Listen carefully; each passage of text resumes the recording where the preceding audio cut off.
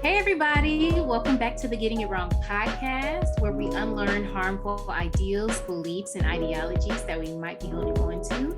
And we get practical ways to live a more holistic and balanced lifestyle. And we embrace our mistakes here because getting it wrong is the first step to getting it right. I am your co host, Gabby. And I'm Morgan. Let's get into it. Let's get into it. No, I just loved how this young man, Khalil Green, how he just stated all of the facts about why it's okay that, because people will constantly talk about how Black people gatekeep for their culture when other cultures are more open about sharing about them. But we are like, that don't sound right to me. That don't sound true at all. Well, they'll say like, I mean, I can see it to an extent. I'm like, we are gatekeepers, but it's valid that we are, like different situations. I feel like Black people need to gatekeep more. I feel like we don't gatekeep enough. You are correct. But that's my opinion. We don't. We have a lot. You can tell me. A lot. We have a lot that we need to work on. I feel like the stuff that we are gatekeeping on is probably less important than the other stuff that we need to gatekeep on. Because we come for people about, well, you're talking Black, you're using AAVE, and it's like, okay, yeah.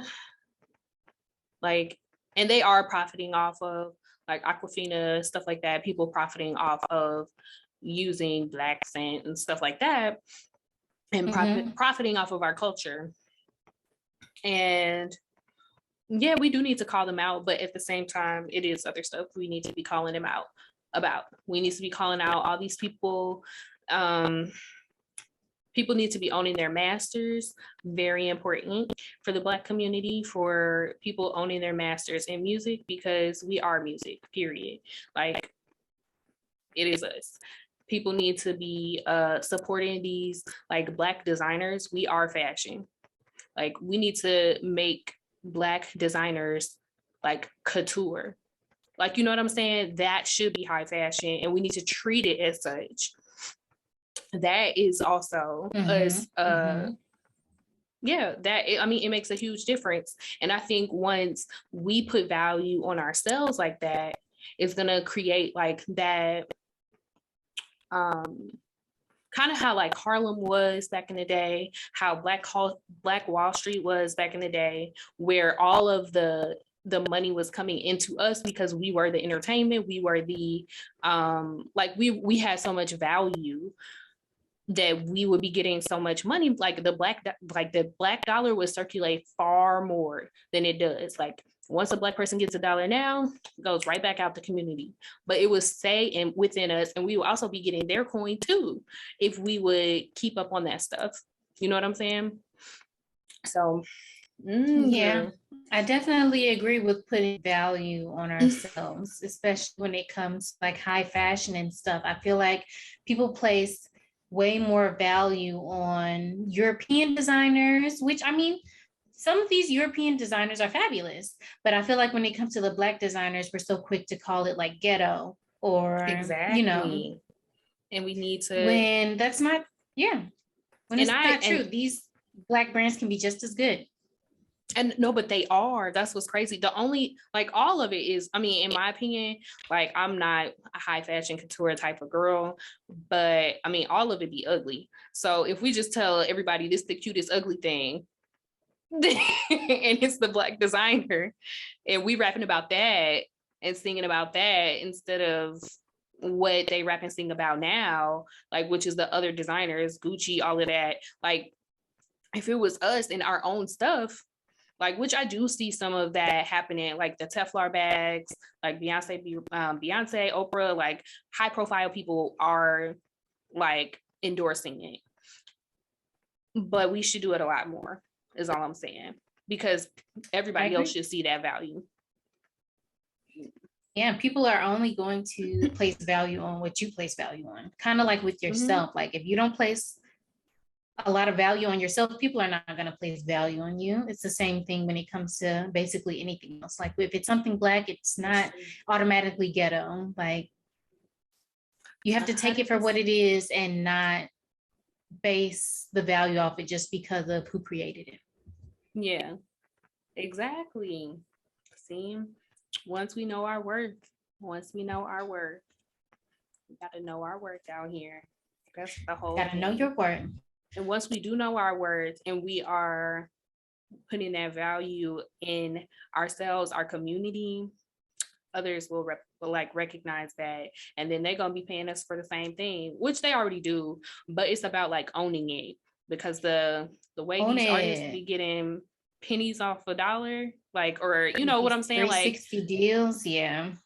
that is crazy. And yeah, I girl, know with this Megan the Stallion thing, I know girl, I think she just said that she like was never paid by her label. I heard And about that a little. I don't know the details, but okay, basically I don't know the she got, details either, but that's a very common story. it is like just coming out of it broke, and it looks like you should definitely be making money, you know. Yeah, because I'm like, she is the brand. Like, Exactly. they're making money because of her. How is she not getting anything? But It's crazy. yeah, we need a little bit more Wow. business sense savvy, because if not, they will definitely take advantage. Mm-hmm. Absolutely. What were we talking about? Well, I started off talking about, because Khalil Green, he had a video. We might as well add some of this. I don't know if you feel comfortable with it. We might, It's we fine. kind of I don't started. care. But yeah, I might like put it in like a little clip of what he was saying about it to reference. I do disagree with how most people will frame that as if it were a bad thing. Like, even people in my real life have come to me to say that they think that cultural exchange is a good thing, and that my calling out of people who use Black culture somehow works against society becoming more inclusive or interconnected or something like that. Cultural exchange being a good thing might be true. But when you factor in the specific context of Black American oppression and the realities of American history, the arguments don't hold up. Like, imagine if I wanted to read a book and I skipped to page 400.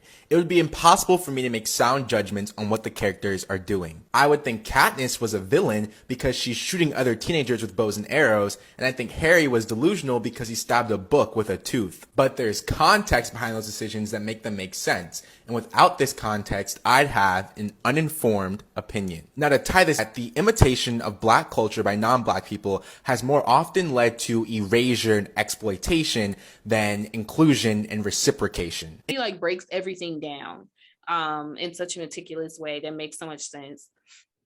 Like every time you hear him, you're like, okay, that's a good point, that's a good point, that's a good point.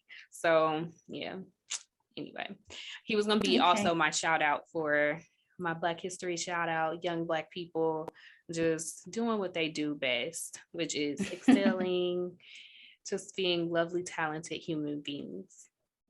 And all right, shout out to Khalil Green. What's his Instagram? What's his social media? Girl. We gonna figure it out.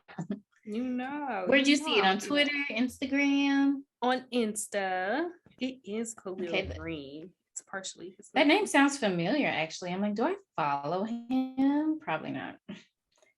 Let's see. On Insta. Insta. Is it KH? I feel like he got a I feel like he got a check mark. Young man. It's not Young Killer, is it? No. That's the only Khalil I see with the check mark. He's a musician.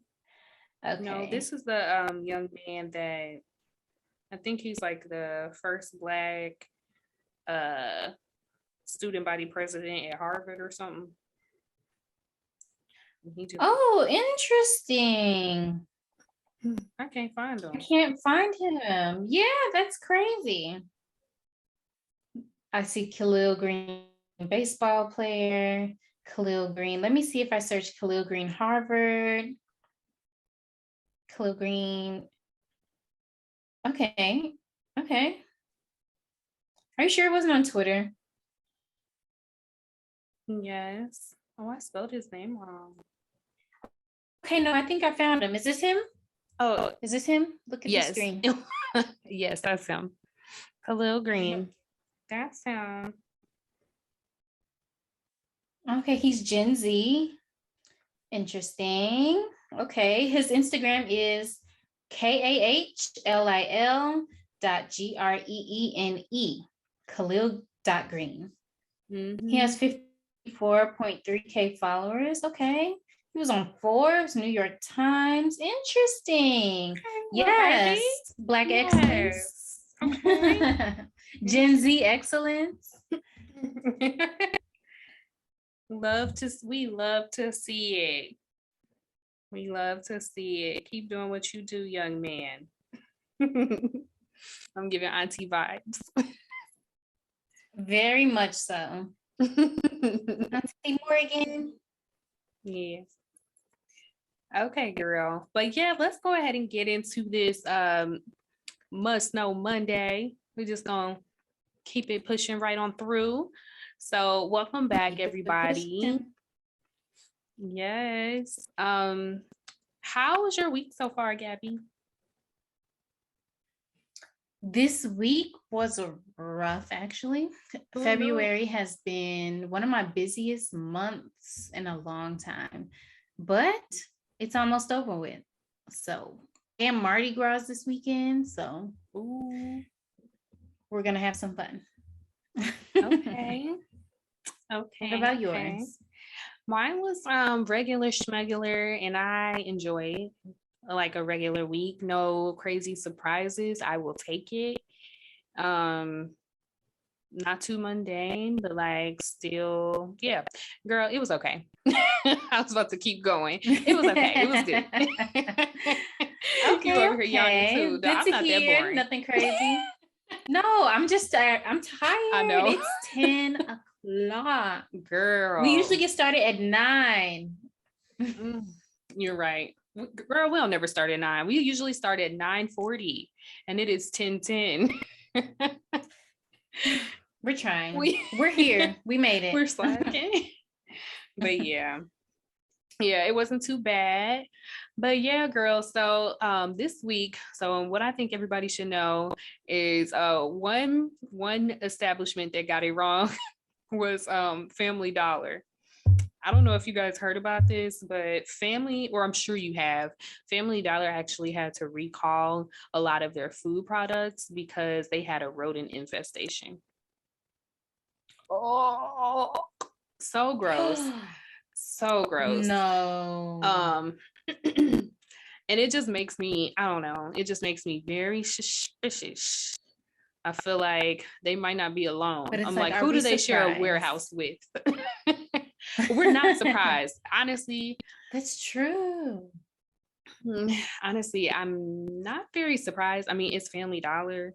I know it's like a quick stop if you are trying to get something, but like I can't imagine wanting to buy food from there. Not knocking anyone that does. I don't think I've gone to a Family Dollar like I think once or twice. I think because there's so many dollar stores, and I think that's just one that I just don't go to. Yeah. And I feel like it was very like not super clean and very crowded. It was very unorganized. Yeah, that is. So I'm not surprised they had some type of infestation out of all the dollar stores. Yeah, it's giving a mini Walmart vibe. You know, I can't stand. You know how I feel about Walmart. Good comparison. Miniature. Yes, Walmart. It is the lower vibrational store. Yeah. You know, we're right here about Walmart. We said it's something right about Walmart. The way people go in there, it's like everybody goes in there looking their worst. Everybody comes out with an attitude. The aisles are too small. It's always crowded. It's like you can't leave not irritated. Yeah. Yeah. So anyway, Family Dollar gives me like miniature Walmart vibes. I can't imagine. I don't think it's ever like super crowded, but moral of the story, don't buy food there, especially if you are in here. Let me read off the states they mentioned that could be impacted. Louisiana, Missouri, not far from us. Alabama and Mississippi. So don't buy food from there. They have some recalls going on. The warehouse, this facility, there was a rodent infestation. So gross. But in other news, yeah, I hope you guys aren't shopping there. I mean, no shade if you are, but if you are, right? Stop. I mean, it's a quick stop, but it's like we got. Let's be discerning out here. That's all I'm gonna say.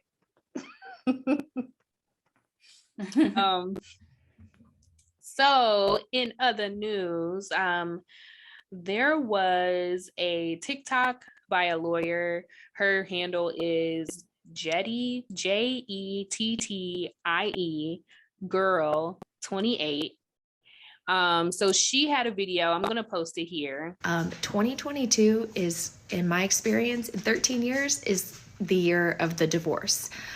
We all thought that 2020 was going to be the year when everyone was trapped together in the house. And so far, it really didn't happen the way that we expected. We saw an increase in family violence actions, but not really in divorce. But 2022 is here to play. I have never been this busy in my entire career. I think I could work all day long, every day, never sleep, and never get my work done. And what I'm noticing, the difference in 2022, every case that walks in my door, with the exception of one that I can think of so far this year, has involved adultery. Now, why is that? Okay, basically, guys, as you heard, she's saying that 2022 is the year of the divorce, which is really sad. I mean, anytime you hear about divorce, it's extremely sad. But yeah, 2022 is the year of the divorce. It's not that shocking. I think a lot of it that they're saying is like the aftermath from the pandemic. So, and the reason they're saying that is like they saw some up spikes in like the reasons for divorce being financial strain, which definitely could be related to the pandemic. A lot of people were laid off. Extremely sad. And then those measly stimulus checks. No, I'm not going to be ungrateful. But yeah, a lot of people are laid off. That can definitely impact a marriage. The lockdown, being stuck in the house, realizing you don't really like somebody. And then also domestic violence increase.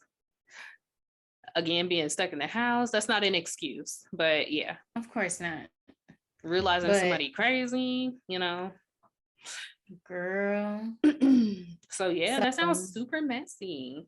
Very messy, and that is super surprising. Well, I would have thought that a lot of divorces would have happened in 2021, to be honest. Or is that what she's talking? Is she talking about 2021? No, she said 2022. 2022. Oh, wow, and it's only February. Yep. Wow. She said 2022. And I think when you think about it, it does take a while to actually get divorced. It takes a while to finally, let somebody know. So I think it taking like a year makes sense. But when did the pandemic didn't happen in 2021 though? I know. It started in like, when was it? Was it 2020 or 2019? 2020. So 2020, everybody's like starting to realize they don't like that person. 2021, they're like getting everything ready, I think. Finally putting it, it's not that shocking. I think like probably late 2021 and early, because I think it does take a while to get all of those legal, like the legalities and everything pending. I think this is just like the aftermath. That's my assumption. I wouldn't be shocked if it's like all spillover related to the pandemic. And I guess people were in financial hardships too as well. They're probably just now being in a place to where they're like, all right, we got the funds. That's true. Let's do this. That's true. Like, you do gotta have the funds to get divorced. That's another thing. That's what kind of seals the deal. You're like, I'm really gonna spend this money on leaving you. Yeek. That is rough. But I mean, sometimes it must be done. A divorce, yes, it is a sad thing sometimes, but I also feel like it can be a good thing as well. I'm like, everyone doesn't leave a relationship or marriage extremely distraught. I feel like there is a period where, of course, you mourn what once was, but sometimes a lot of times, divorce is better than staying in a relationship or marriage that is not working. Yeah. So hopefully everyone is getting what they need and what they want. But I'm not gonna lie, I am surprised that the boom is happening right now. That's not something that I was, You thought, like, a lot of people thought that it was going to happen 2021, like directly after, but yeah, I guess, I guess it could take time. So that, it could happen that way. Also, so we found some interesting facts, by the way, on divorce, and I was just going to read a few and get your opinion, Gabby. So, so the highest, so the 5 professions with the highest divorce rates. The highest number 1 divorce rate. Okay, I'm ready. Highest divorce rate, dancers. What kind of dancers? Makes sense. Dancers. Pole dancers. That's all they put. I'm assuming. Dancers? You think it's pole dancers? Or people who like dance for money. I think it's people who dance for money. Those people who dance for, professions. Your profession is dance. Oh, I mean that too. You're right, because dancers doesn't necessarily mean, in the club.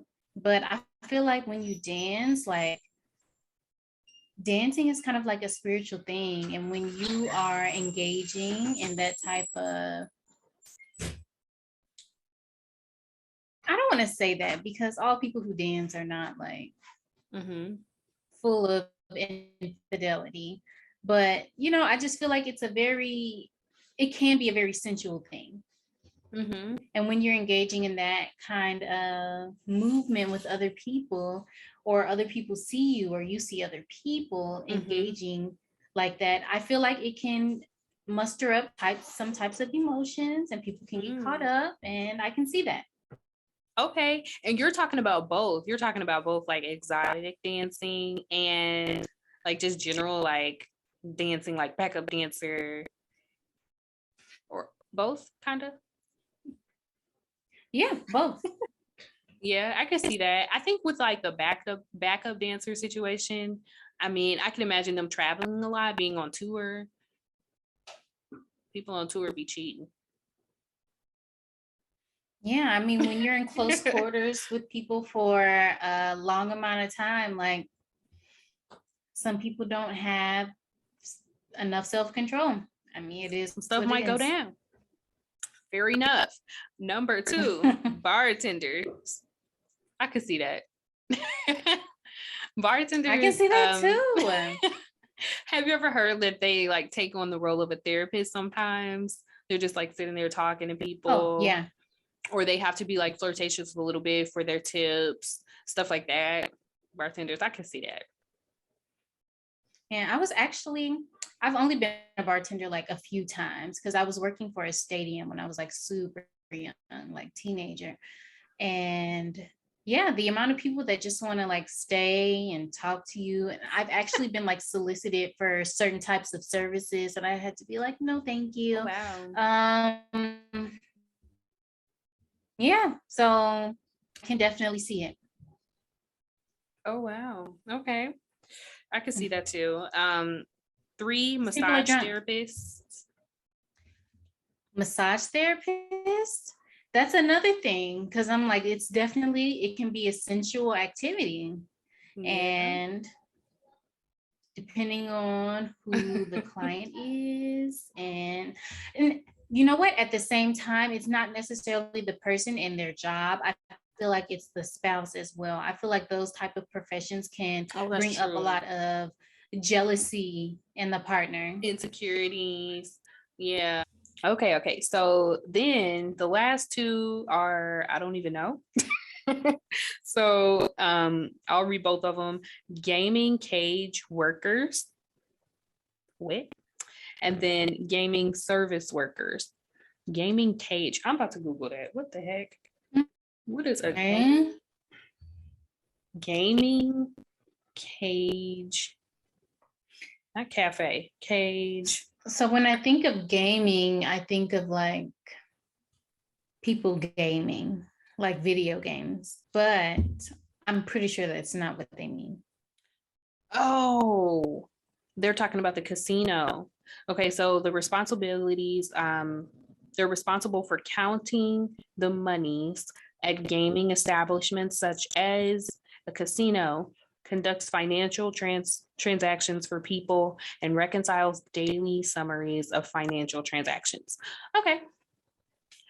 Okay, I don't know why they're they can do it. cheaters. I'm trying to rationalize that in my head. Maybe is it because they gamble? They tend to be gamblers. Gambling, financial people gambling, not stable with money, those are high up there with divorce. That could be related. Are they also Maybe. gambling? Are they washing money? What is Like that drug mean? dealing? Oh. Dealing. Like, okay, when they drug deal, you can't just take all those, have all that money go into your account without there being a reason. So you got to have like an establishment that the money is becoming clean with. I'll be watching too much TV. Okay. Oh yeah, I've heard of that. I just didn't know the term. Washing money. Okay. I wonder if they be washing money. I just put so much onto these people. I feel like all of this is assumptions. From like, just as a disclaimer. It's all assumptions. We don't know what we're talking about. Just let's take that into account. It's fun. But I have a theory. Do they call it washing money because do people usually own like laundromats or something to clean their money? No. I don't think you can make enough money off of the laundromat for it to look plausible. So no. It's like going from dirty money, drug dealing money, to clean money, like money that was earned properly and money that can be tracked. Okay. Quotes, air quotes, tracked. That's my I allegedly heard a story about someone owning a laundromat to clean money, allegedly. So that's okay. That's where I got that from. Allegedly.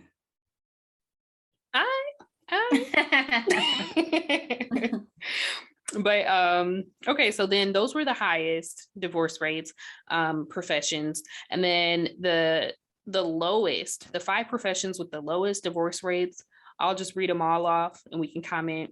Farmers, podiatrists, clergy, optometrists, and agricultural engineers. Okay, so farmers definitely can see it because it's usually just them, maybe a couple other people. Right. So yeah, can definitely see it. I feel like people cheat. I feel like infidelity is often done on the level of, or the amount of opportunity that people have. And farmer is low opportunity. Low opportunity. They have nowhere to go. They got to go 10 miles just to get to another person. Right. So it's just them and their partner. Pretty much. That's all you got.